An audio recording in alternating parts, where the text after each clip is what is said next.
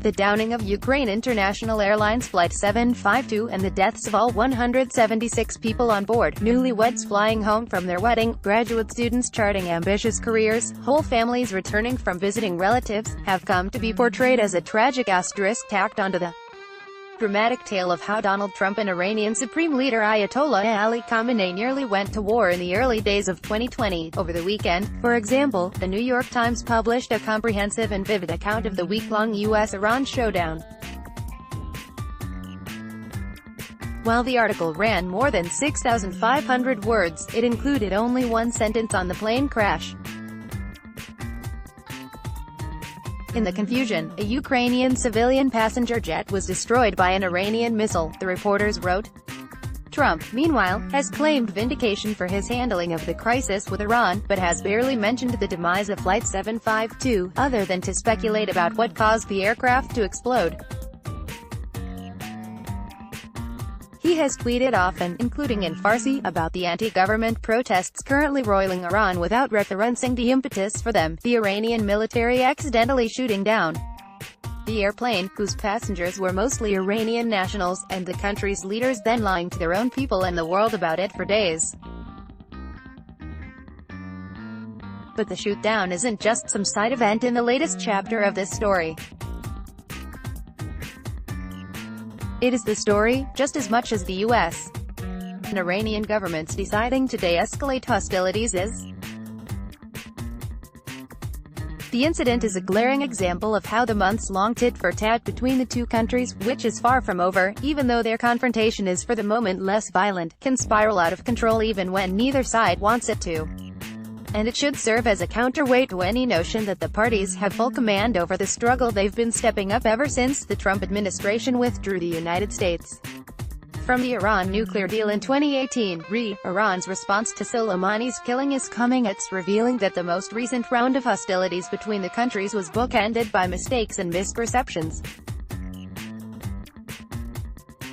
The Times reported that the triggering event, a rocket attack by an Iranian-backed militia in late December that killed an American contractor at an Iraqi military base, was intended to exert pressure on the United States but not escalate the conflict, according to U.S.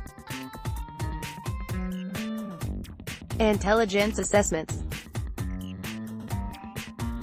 The rockets landed in a place and at a time when American and Iraqi personnel normally were not there, and it was only by unlucky chance that the contractor was killed, the paper noted. Whatever Iran's intention, the attack did indeed leave an American dead,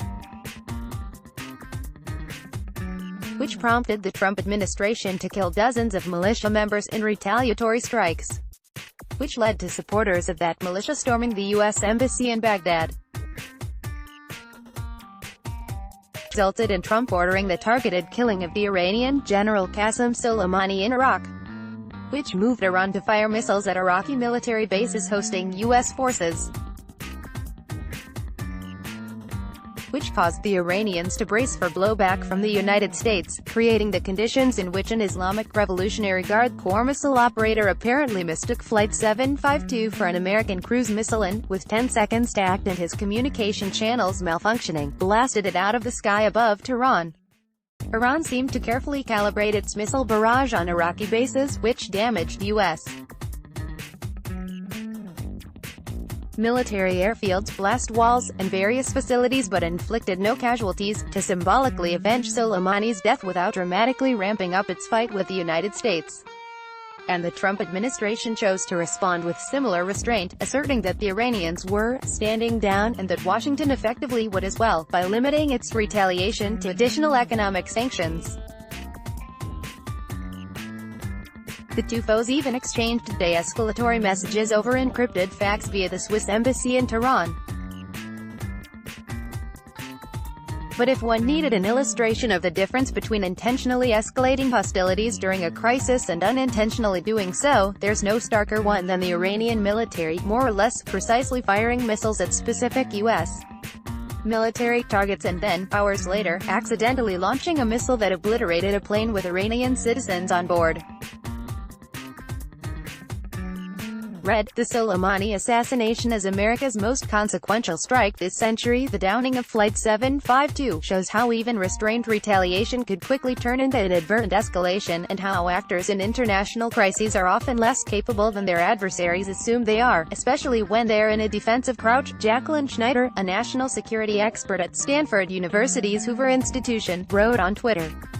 In this case, the incompetence of the Iranian military has been particularly noteworthy, and while Iran and the United States are likely to proceed cautiously with their deliberate escalation, Iranian leaders know that they would lose a direct conventional war with the U.S., and Trump doesn't want to get sucked into another protracted conflict in the Middle East. The biggest risk in ongoing tensions is inadvertent escalation, Schneider argued. More mistakes will be made. Yes, the parties seem to have looked war in the face and recoiled, but they may simply be channeling their escalation in new directions rather than truly de-escalating.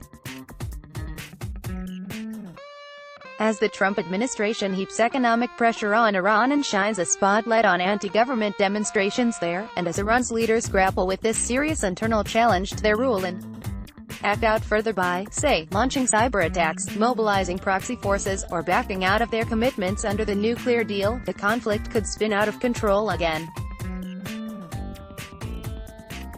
Read, the blueprint Iran could follow after Soleimani's death to confidently conclude that escalation as a manageable force would be reckless.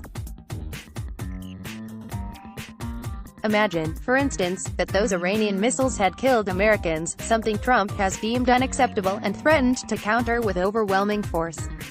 Troops at one of the Iraqi bases that came under assault told Reuters that a soldier came very close to being blown up inside a shelter behind the blast walls. And Lieutenant Colonel Stacy Coleman, the U.S. Air Force officer who runs the airfield there, told the Wall Street Journal that she thought the Iranians really wanted to target our air assets, and if they so happened to kill Americans in the process, that was okay with them. Or imagine if Americans had been on board Flight 752. How would the world look today? To channel Leon Trotsky, you may not be interested in escalation, but sometimes escalation is interested in you.